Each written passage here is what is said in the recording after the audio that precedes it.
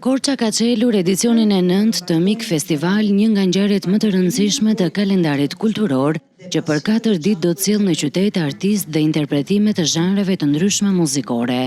Hapësirat historike dhe kulturore të Korçës do të mirëpresin koncerte dhe aktivitete artistike, duke e kthyer qytetin në një skenë të hapur të muzikës.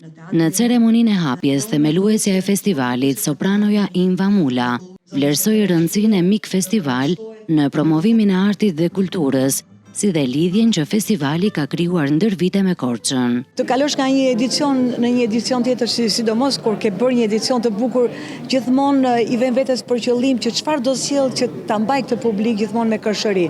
Edhe pikërisht donim që ta fillonim si vjet, se kemi filluar asnjëherë, me një muzikë jazz manush, që është një muzikë shumë e bukur e panjohur, jazz i viteve 30, jazz francez i viteve 30, edhe jam shumë e lumtur që neve ta hapim edhe një dritare drejt kësaj gjinie, e cila jam e bindur që do pëlqejë shumë nga publiku.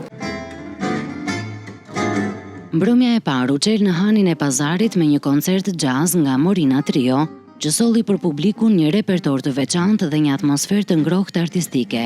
Me gitarë mirë më ka shumë vite, por në Korçë nuk kam qenë kurrë dhe jam shumë i nderuar që pata rastin dhe mu dha rasti të jem këtu me miqtë e mi dhe kolegët e mi dhe të prezantoj një stil të ri të jazzit, i cili nuk është shumë i njohur në publikun e zgjuar.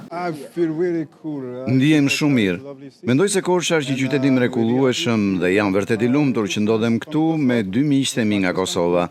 Është era ime e parë në Shqipëri dhe kjo më bën edhe më të lumtur, sepse jam gjysmë shqiptar dhe gjysmë francez.